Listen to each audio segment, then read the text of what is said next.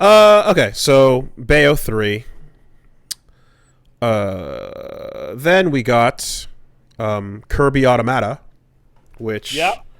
you know, It takes place in Seattle.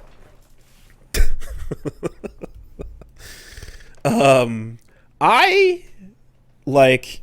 I said this a while ago during the Kirby Star Allies stream that I did, but you could see in the way that they built Star Allies that they were testing the waters of 3D Kirby. Because while the game itself was traditional and still doing the 2D thing, they were putting 3D gameplay on the maps and overworlds. Yeah. You just weren't fighting enemies, but you would fully control Kirby, fully hop around and fly and jump and do stuff, or or fly on the star and traverse. But you just would go to the next game level location. So that was a kind of like a testing ground of sorts, and it felt great.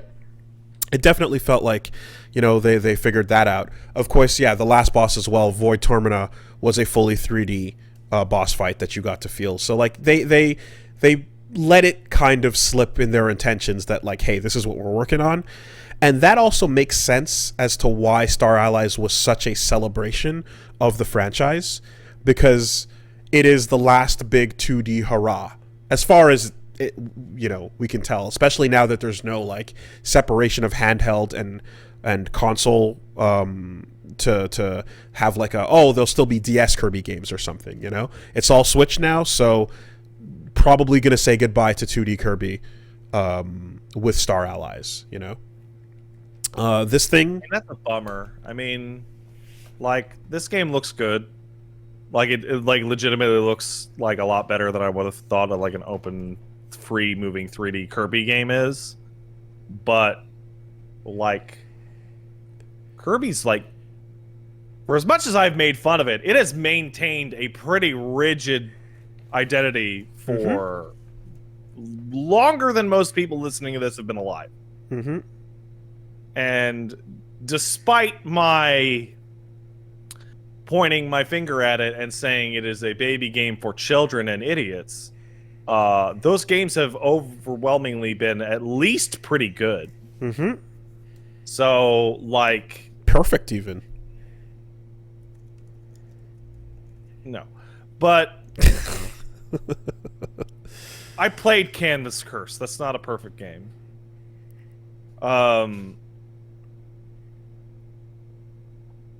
Yeah, I just hope that like they knock it out of the park with this first 3D one the same way they did with like a lot of the older ones. So, I mean, I'll say this, like the clear Kumazaki directed franchise that we've gotten here, every time they've attempted something new, every time he's attempted something new, it's been amazing.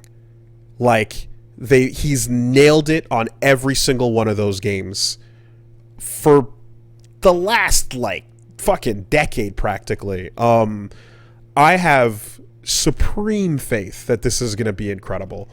I have to ask, when you say something new, like, how new do we mean? Because, like, I've at least seen every Kirby game that's come out in the past 10 years, and they've all looked way more similar to each other than this does to any of them.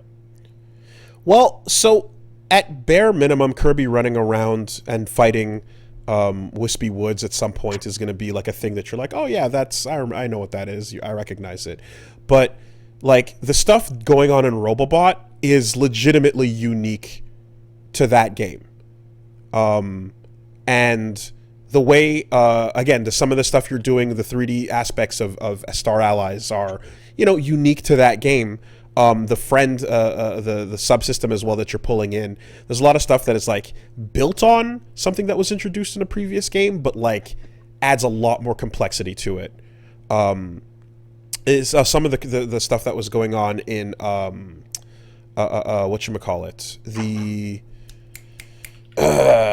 one with Magalore, Nightmare in Dreamland, even you're seeing like the introduction of like big supers in some cases that are big forms that were not used prior in prior games. They're introducing ideas and kind of like not necessarily taking them forward. Sometimes it's the game has like one thing and it's a specific thing to that one game, and then you're not going to see it again, you know. One thing that has gone forward and been kept is like the expanded move lists, which is really cool. Return to Dreamland, excuse me, not Nightmare in Dreamland, my mistake. The move lists have kept all of the things they've added to them, and that's been probably my favorite aspect of it. Has been like, now when you get like spear or fire or judo, you know, you're seeing like 3 or 4 pages of moves that you can go through, and that shit's really great. But yeah, I feel as if like he's just the games have been really, really solid at these whatever new approaches they went for. So I have confidence that like this is probably going to land and work pretty well.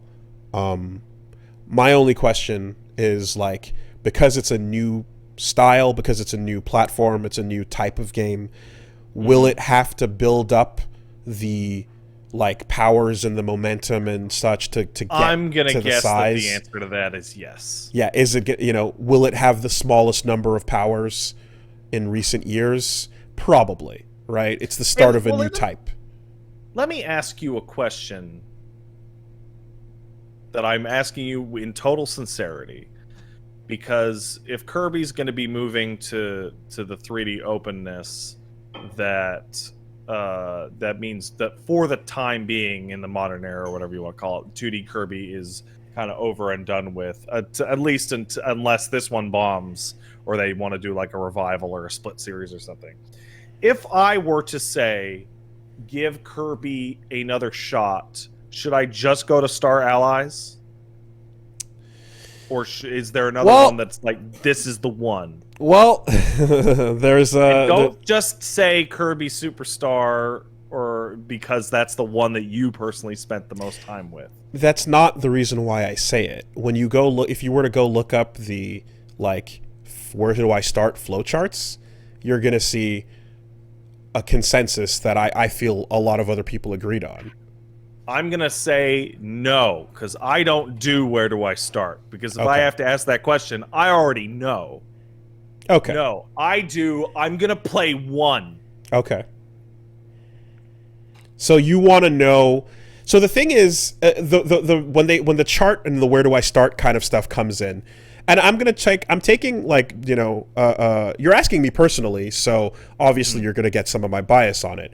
But like when you feel like I'm doing 1, the thing with that is the games do different things. So what you might like or dislike might change according to which one you play, right? No, just tell me what the best one is.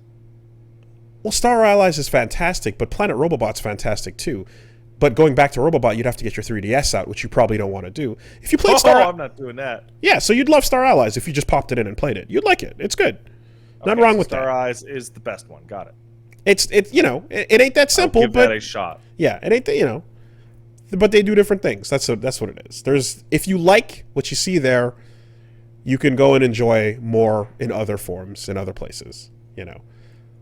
But hey, I'm also having that current experience with Metroid in that, like, I bounced off Super Metroid like a brick, like incredibly hard, which was weird because Super Metroid has been talked up probably more than any game ever.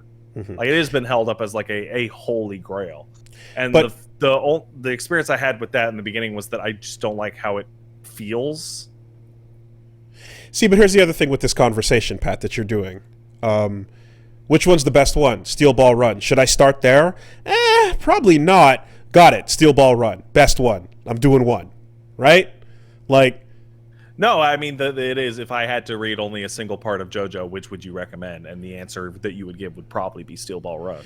But so much of what makes Steel Ball Run so good to me is based on the foundation of the previous parts. Like, the reason why I love Steel Ball Run so much is because it's a celebration of everything that came before. So it's to divorce it from that creates a weird thing that I don't know how to approach or recommend to people. It's a payoff that's so fucking good to me that I'm like, I don't know what that would be like in an isolated world, you know? Anyway. Aren't you a guy who looked me dead in the eyes and said the Castlevania starts at Symphony of the Night? As a fucking gag, but fine. And I also said Resident Evil starts at 4, and it got you good. But no, but on a serious note, Kirby is something that, yeah, if you did enjoy Star Allies and all the shit in it, like, you'd have a lot of fun. That'd be fine. But I remember people talking about that Star Allies is also like absurdly gigantic in terms of content. The DLC added to it makes it one of the biggest Kirby games ever made, if not the biggest. Okay, that seems like a safe bet.